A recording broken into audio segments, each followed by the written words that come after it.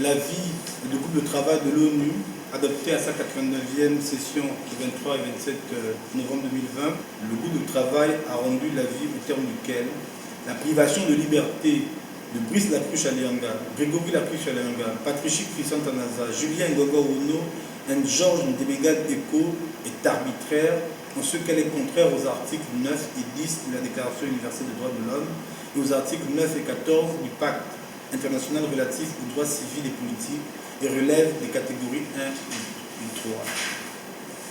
Le groupe de travail demande au gouvernement gabonais de prendre les mesures nécessaires pour remédier sans délai à la situation des 5 personnes surmentionnées et la mettre en conformité avec les normes internationales pertinentes.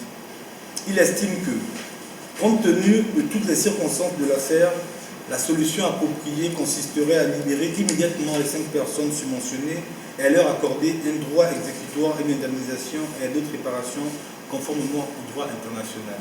Voici qui en retourne de l'issue de la confrontation État gabonais via les autorités de poursuite et judiciaire contre avocats de la défense des prévenus soupçonnés de détournement massif de fonds publics et de blanchiment des capitaux. Les experts onusiens en déduisent visiblement à la vacuité des procédures judiciaires, non sans mettre à l'index ce qui était en charge du dossier. Le groupe de travail précise que ceux qui ont participé à la détention arbitraire de M. Lacruche Alianga et consorts doivent répondre de leur mauvais travail. Puisque, au fond, les juges qui signent les mandats de dépôt en violation parfaite de la loi, les procureurs qui ouvrent des réquisitions, qui prennent des réquisitoires en violation parfaite de la loi, qui ne sont pas capables de vous donner les faits pour lesquels les gens sont en détention, le font en violation de la loi. Et le groupe de travail, comme il pense qu'il n'y a pas d'accord entre le gouvernement et la justice, le groupe de travail, en bonne foi, se dit, ceux qui ont fait ça l'ont fait par maladresse ou par incompétence, et donc on demande au gouvernement d'ouvrir une enquête pour dégager les responsabilités de ceux qui ont mal travaillé. Au nom de la défense, maître Ange-Kevin Zigou s'émeut de la facilité déconcertante avec laquelle le sacro-saint principe du respect des procédures judiciaires semble être constamment foulé aux pieds. Il y a un élément qui est manifeste de la violation des règles dans ce pays. Le Code de procédure pénale vous dit que le but de la police judiciaire, c'est de constater les infractions, de rechercher les preuves et de trouver les auteurs. Mais les mots ont un sens en matière pénale.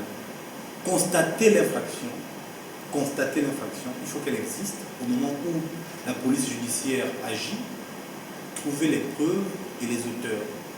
Dans notre pays, on ne constate pas les infractions, on cherche les infractions. C'est-à-dire qu'on vous prend, on vous met dans une cellule et après on dit on cherche.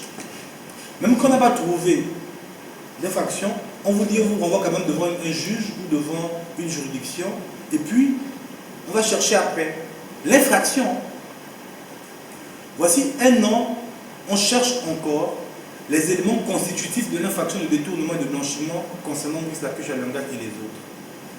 Parce qu'au moment de leur arrestation, on n'avait aucun élément.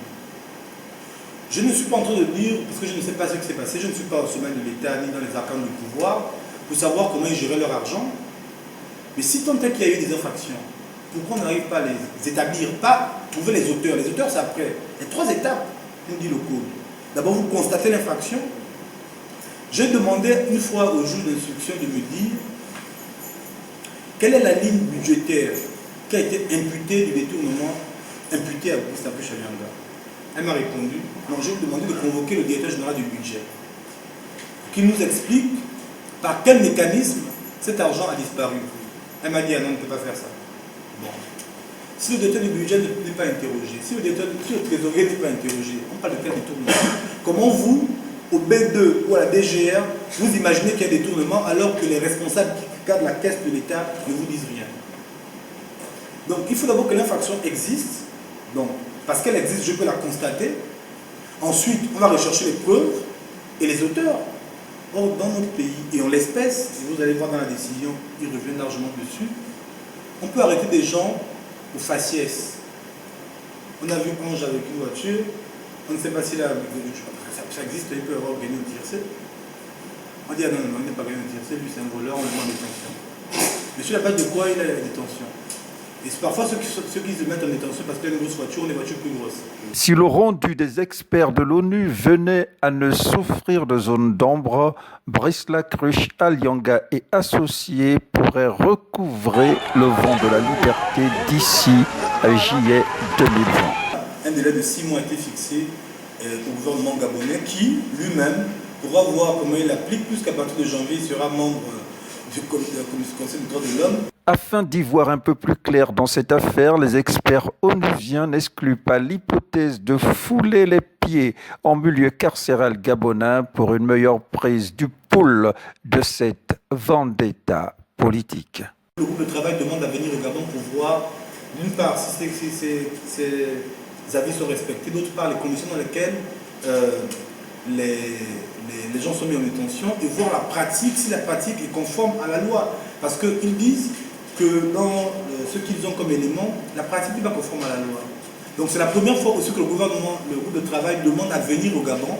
Et il rappelle d'ailleurs aux Gabonais que comme vous êtes membre du Conseil de la Commission des droits de l'homme, vous avez promis recevoir tous les organes thématiques. Nous sommes l'un des organes thématiques que nous demandons à venir. Moi, je serais content de les recevoir en tant que Gabonais. Le gouvernement doit faire les formalités pour qu'ils viennent et ils verront.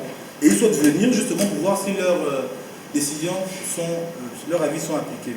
Toute chose qui ne pourrait que réjouir et conforter les avocats de la défense privés du droit de visite à leurs clients depuis mars 2020 au prétexte de la riposte à la pandémie du coronavirus.